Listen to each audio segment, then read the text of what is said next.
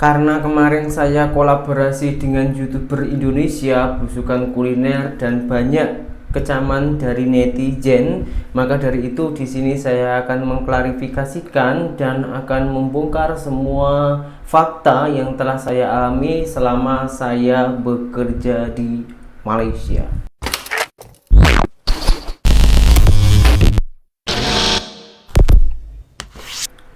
Hai, halo geng. Assalamualaikum warahmatullahi wabarakatuh. Berjumpa kembali dengan saya Zainal Story. Sebelum video ini saya mulai, gimana kabarnya kalian semua? Semoga semua yang menonton video ini baik-baik saja, dimurahkan rezekinya, selalu berpikiran yang positif dan dijauhkan dari mara bahaya oleh Tuhan Yang Maha Esa. Baik ya, langsung saja ya geng, karena ada beberapa netizen yang mengecam ataupun yang mengatakan komplain lah kepada saya. Katanya itu saya melebih-lebihkan dan mengada-ngada ketika saya berkolaborasi dengan YouTuber Indonesia yang sering ke Malaysia yang bernama itu Mas Jo, yang mempunyai channel Blusukan Kuliner. Kemarin itu ke rumah saya, alhamdulillah, dan saya sangat-sangat telah berterima kasih. Oke, di sini saya ulas dari yang paling awal, geng ya. Karena gini, geng ya, tujuan saya membuat konten kolaborasi dengan Blusukan Kuliner tersebut itu untuk menasehati kawan-kawan saya orang Indonesia yang saat ini bekerja di Malaysia ataupun orang Indonesia yang mau ataupun yang nak bekerja ke Malaysia. Yang pertama itu, yang kedua bercerita dengan pengalaman-pengalaman selama saya itu bekerja di Malaysia. Karena saya itu ditanya oleh Mas Jo ataupun channel yang bernama Blusukan Kuliner. Jadi saya tak boleh mengada-ngada, saya harus menceritakan sesuai dengan apa yang saya alami. Oke, yang pertama ya, memang saya ini bukan orang kaya, saya orangnya biasa-biasa aja. Maka diri itu tahulah kalau di Indonesia ini, kalau orang yang biasa-biasa aja yang tengah berjuang itu masih dapat kecaman-kecaman dari jiran-jiran, bahkan ada dari keluarga sendiri, itu pun juga ada. Nah, di situ saya bercerita ketika saya mau bekerja di Malaysia itu sempat direndahkan dan diremehkan oleh jiran-jiran saya sendiri, geng, yang berkata katanya itu ke Malaysia itu buat apa, di Malaysia itu sudah tak ada uangnya. Tapi karena saya itu orangnya bukan orang kaya ya, jadi hasil kerja di Malaysia itu menurut saya sudah cukup besar dan lebih besar daripada saya itu bekerja di sini, yang pada intinya tenaga saya itu lebih dihargai ketika saya itu bekerja di Malaysia, geng. Bayangkan, geng, saya itu 8 tahun di Malaysia. Sebelum saya itu bekerja di Malaysia, saya itu bekerja menjadi buruh tani. Buruh tani itu pekerja sawah yang ikut orang. Gajinya itu berangkat pukul 6 sampai pukul 12 siang, itu hanya mendapatkan 40 sampai 50 ribu rupiah di saat itu. Itu saya itu bekerja di situ sebelum ke Malaysia ya. Itu pada tahun 2014 akhir atau 15 awal seperti itu. Nah, lepas itu saya bekerja di perkilangan ataupun di pabrik lah kalau di Indonesia, di pabrik plywood ataupun triplek kalau bahasa Indonesianya. Nah, di situ tuh saya mengajukan lamaran cukup lama karena saya bukan orang berpendidikan, pendidikan saya itu bukan tinggi. Jadi kalau bekerja di bagian hal-hal macam itu, jadi harus mengikuti persyaratan-persyaratan yang cukup banyak, dan akhirnya saya itu bersekolah lagi mengejar paket untuk mengejar pekerjaan itu. Dan setelah dapat di situ bukan mudah untuk melamar untuk masuk kerja di situ, geng. Harus mempunyai kenalan ataupun bisa dikatakan orang dalam di situ. Kalau kita tak mempunyai orang dalam, memang sangatlah susah kita melamar. Dan apakah di situ gajinya besar? Tak juga. Gajinya itu satu hari bisa dikatakan hanya 50 ribu rupiah, tak sampai 20 ringgit Malaysia dalam satu hari. Karena gajinya itu dibayar setiap bulan sekali. Satu bulan itu 1.500.000 rupiah. Karena saya sudah meranjak dewasa, pastinya akan menjalani hubungan rumah tangga, dan ketika itu memang saya sudah nak kawin karena usia saja sudah bertambah, dan saya mau kawin, alhamdulillah mendapatkan jodoh, dan dengan penghasilan segitu, saya rasa memang tak cukup untuk membiayai istri saya.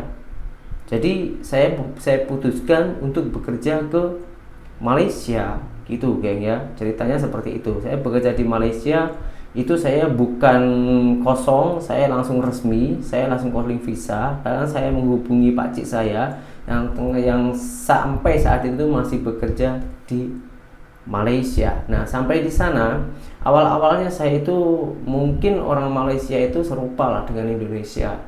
Ada yang membuli, ada yang merendahkan, ada orang yang mau berhasil itu malah dijatuhkan dan lain-lainnya. Dan ternyata tidak.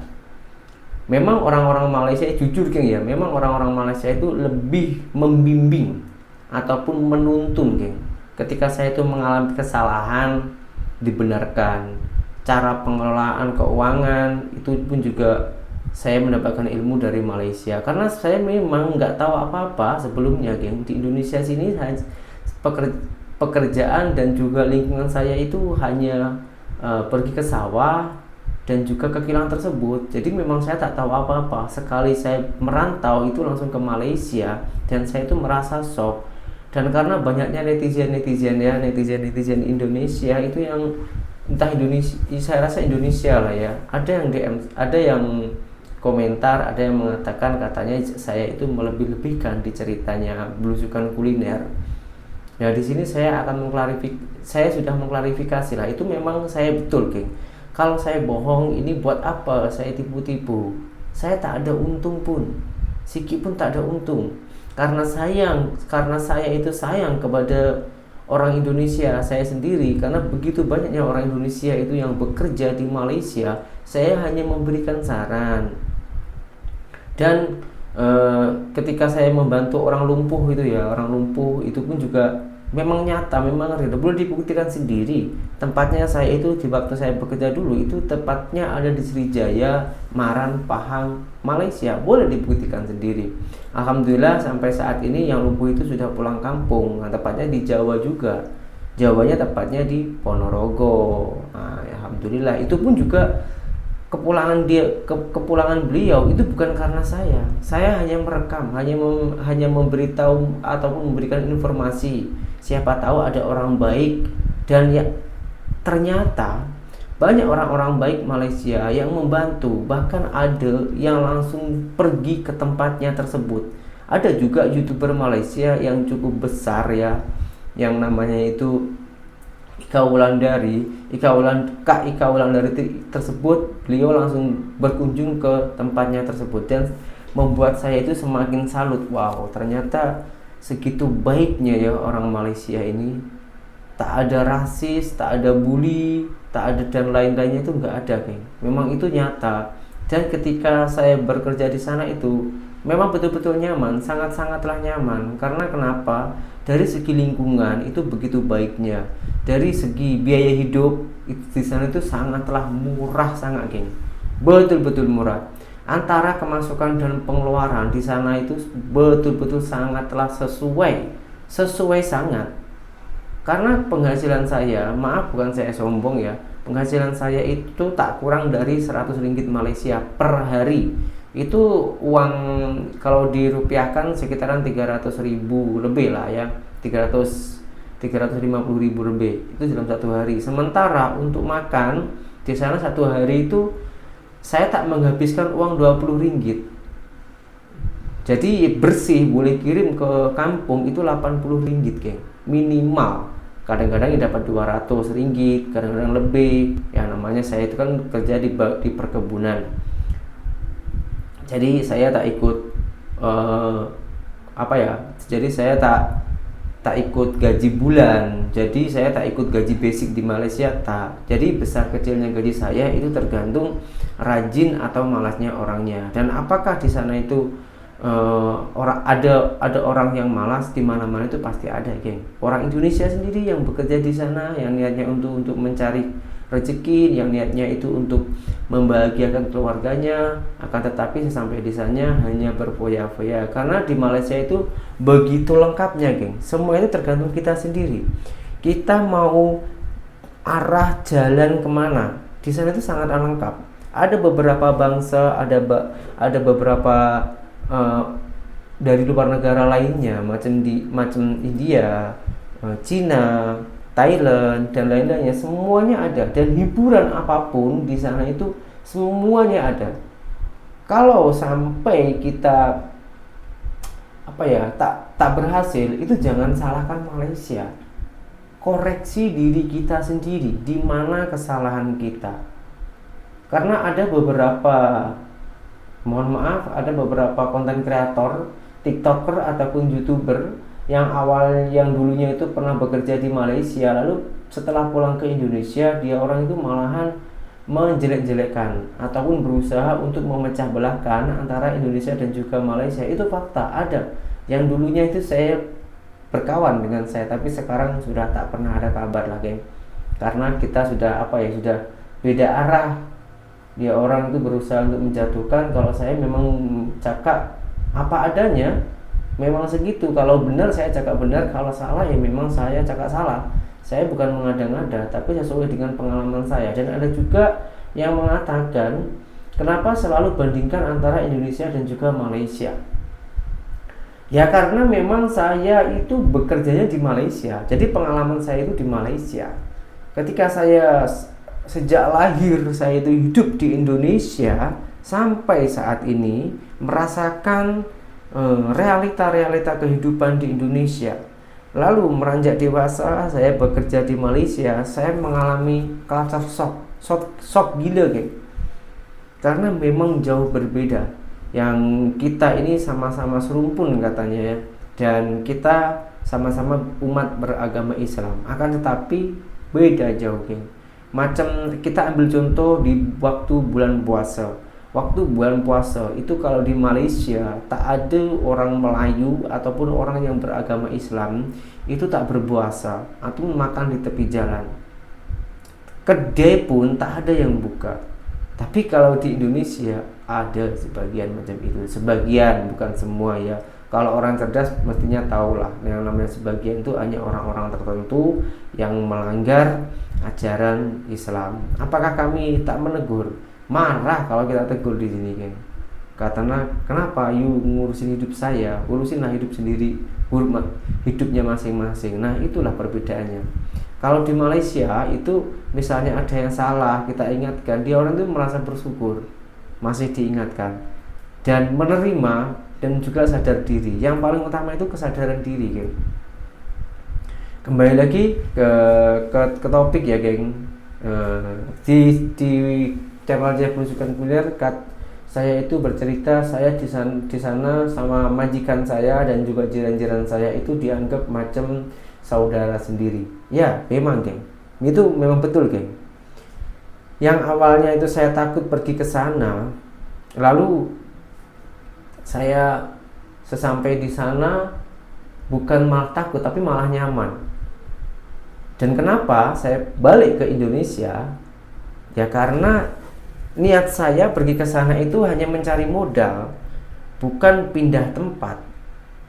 Kalau saya mencari modal, bekerja keras, yang penting kita jimat, pandai kita simpan uang, alhamdulillah cepat terkumpul lalu pulang ke negara kita sendiri. Dan apakah setelah saya pulang ke Indonesia ini lupa dengan Malaysia? Tak juga, karena Malaysia menurut saya sangatlah berjasa bagi saya pribadi, geng ya. Itu lagi fakta-faktanya. Apalagi yang orang pertanyakan di kolom komentar itu ya, yang katanya saya itu menjadi penjilat. Bukan penjilat. Kalau penjilat itu kan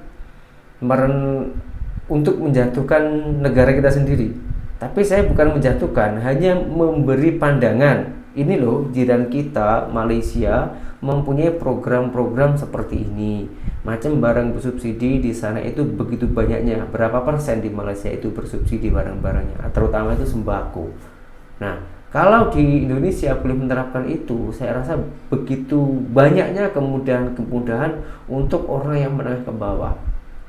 Karena masih banyak orang-orang Indonesia itu yang untuk mencari makan sehari-hari saja itu masih kesusahan. Ada banyak orang, tengoklah di channel saya, di konten-konten saya yang setiap hari Jumat saya bagi-bagi makanan ataupun juga saya mewawancarai. Tengok di situ berapa penghasilan orang-orang di Indonesia sini. Apakah itu settingan? Bukan juga. Saya itu berjalan berjumpa dengan orang langsung tanya-tanya. Itu memang sesuai dengan fakta, geng. Oke, itu saja, geng, ya. Apakah ini menurut kalian itu aib? Menurut saya bukan aib, geng. Ya, ini memang nyata. Kalau orang menilai ini adalah aib, ya nggak apa-apa. Yang menurut saya ini, dan menurut saya bercerita macam ini nggak ada yang saya rugikan, dan juga tak merugikan tidak merugikan diri saya sendiri, dan juga tidak menyakiti orang lain. Menurut saya gitu. Saya hanya memberi arahan kepada orang-orang Indonesia yang mau pergi ke Malaysia agar lebih berhati-hati. Apalagi saat-saat ini Malaysia itu sangatlah ketat, guys. Jadi jangan main-main lah dengan Malaysia, ya. Kalau benar-benar teringin merantau bekerja ke Malaysia, boleh-boleh saja, asalkan yang dituju itu jelas. Korang harus tahu macam mana undang-undang yang sudah diterapkan oleh kerajaan Malaysia. Jadi kita harus mempunyai paspor, visa kerja, dan lain-lainnya. Kita harus mengikuti peraturan-peraturan yang sudah diterapkan, geng. Dan peraturan itu bukan mempersulit kita, malahan mempermudah kita. Contoh, misalnya kita ada apa-apa di negara tersebut, di Malaysia, ya. Kita ini boleh melaporkan. Mengurusnya itu sangatlah mudah. Seperti yang baru-baru inilah, ini ada wanita yang melahirkan, ya. Yang melahirkan lalu mohon maaf sampai meninggalkan nyawanya, dan kejadian itu di tepi jalan. Dia orang sebagai kosongan ataupun ilegal. Macam mana kalau seperti itu? Siapa yang disalahkan? Apakah akan menyalahkan Malaysia? Tak juga. Kita tak boleh menyalahkan Malaysia karena dia orang sudah melanggar peraturan dari kerajaan Malaysia. Kita hanya mengingatkan agar hal-hal macam itu tak terjadi berulang-ulang kepada orang Indonesia. Yang terutama itu para wanita ataupun TKW, sangatlah berhati-hati. Jangan tergiur di sana karena uang lalu boleh menghalalkan cara ataupun bercinta dengan warga asing dan lain-lainnya. Kita memang tak tahu jodoh itu siapa, di mana, tapi kita juga lebih berwaspada, dan kita harus ingat tujuan kita di sana itu apa. Dan kita juga harus ingat kita ini aslinya orang mana. Kita pasti akan kembali ke negara kita, kecuali kalau yang menikah ataupun kawin dengan warga tempatan Malaysia. Itu pun juga harus masih ingat dengan keluarga kita, ibu, bapak, orang tua kita. Kesuksesan itu nggak ada kalau tanpa izin dari Allah dan juga doa dari kedua orang tua kita masing-masing. Saya rasa dari segini saya cakap berpanjang lebar, cukup lah, ya. Dan apabila nanti ada yang dipertanyakan lagi, nggak apa-apa, saya akan menerima dengan lapang dada. Silahkan tulis di kolom komentar ataupun DM saya pun juga boleh. Dan berjumpa kembali di video saya yang selanjutnya. Saya Jainal Story, seorang mantan TKI Malaysia. Salam TKI sukses. Assalamualaikum warahmatullahi wabarakatuh. Bye bye.